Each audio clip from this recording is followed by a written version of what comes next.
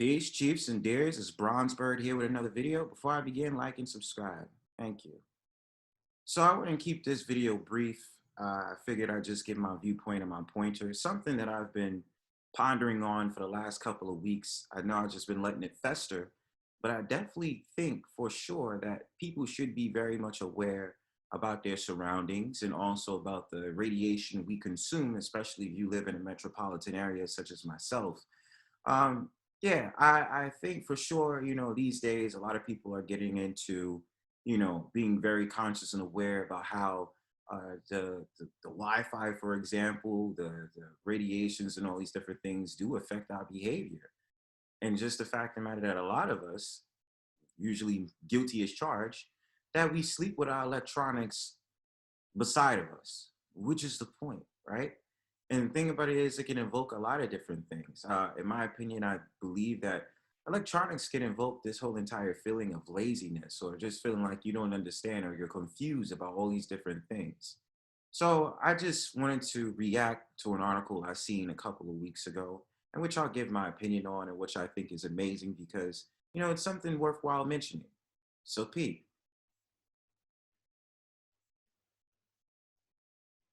so right here, it's like it was talking about radiation emitted from cell phones. Now I tell friends around me, usually I don't like to talk directly into a cell phone. Usually I like to use headphones or an external device in order to have a conversation, listen to music or whatever have you. And especially when you live in a city, it's so it's like I remember seeing this meme or this picture on Instagram from a long time ago where you had a lot of what they depicted as soulless bodies that look at their cell phone screens, and these cell phone screens emit this blue light x-ray or type of thing. It just makes it seem like there's so many soulless people, and every day you get on a train, 90% of the people who are on a train are looking at their cell phones. And I noticed that. I noticed the behavior. And I'm like, okay, there's going to be more people who's reading cell phones than they are reading books. But throughout generations, we've always been wired to technology.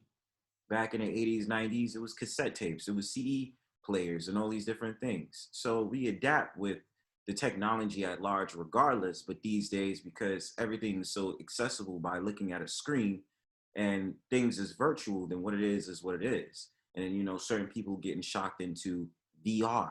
You understand? So shout outs to Ann School.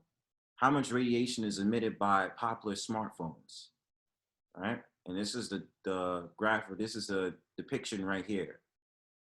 And, it's so funny how they have this whole entire thing. I thought it was something because, and I mean, let's not get it twisted. 5G definitely plays a role in this somehow. It does, right? But of course, I know that when it comes to certain places, they even started having 6G Wi-Fi. I've already seen it, six as a Wi-Fi. So it's not even 5G anymore. It's six. So the amount of the amount of radiation emitted by popular cell phones, it says it right here. The parameter used to measure phone radiation emission is the specific absorption rate, SAR. So yes, it was like Motorola, OnePlus, 9. I don't even know these cell phone companies like that, y'all. Oppo, Google, mm, iPhone, the iPhone 12, Motorola Edge 20 Pro, and then the Galaxy 21 Ultra, Google Pixel, Huawei. A lot of the big cell phone companies I would figure has a larger radiation scale than smaller cell phone companies, even though Samsung is still uh, a big company that is, but it's all this other stuff, right?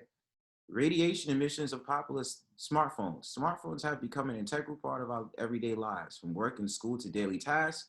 These handheld devices have brought everything into the palm of our hands.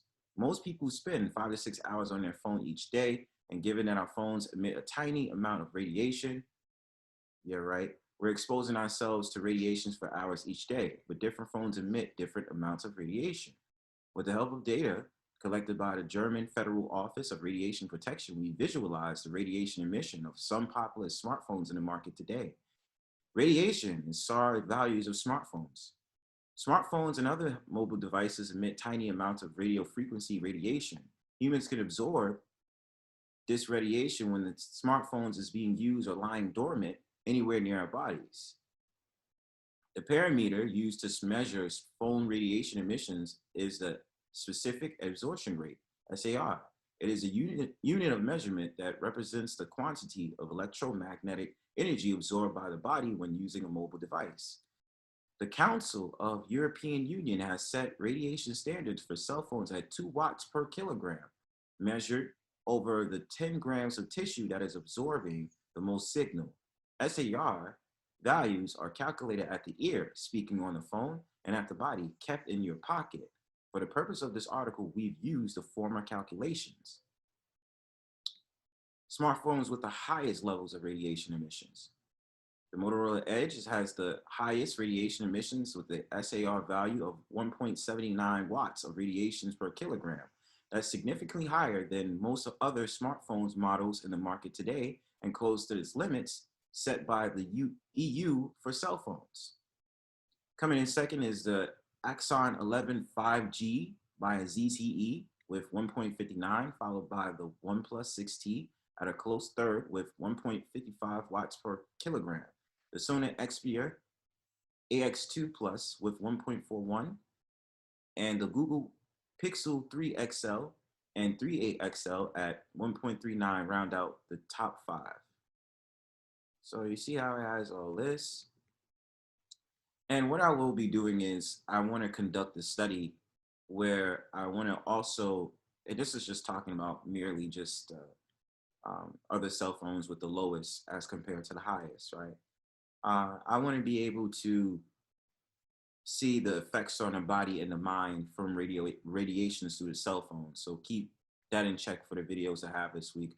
But just an article I wanted to bring to your attention, just so that you're aware. Now they'll say this: there is no current, significant research proving the harmful effects of phone radiation. I'm pretty sure they do know there's effects from it.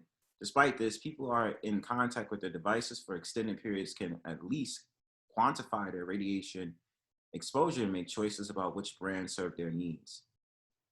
But I mean, obviously, they're not gonna spoon feed it to you. You got to dig in the crates for that information. So at the end of the day, just be aware, especially about your devices, and take care of yourself. Peace.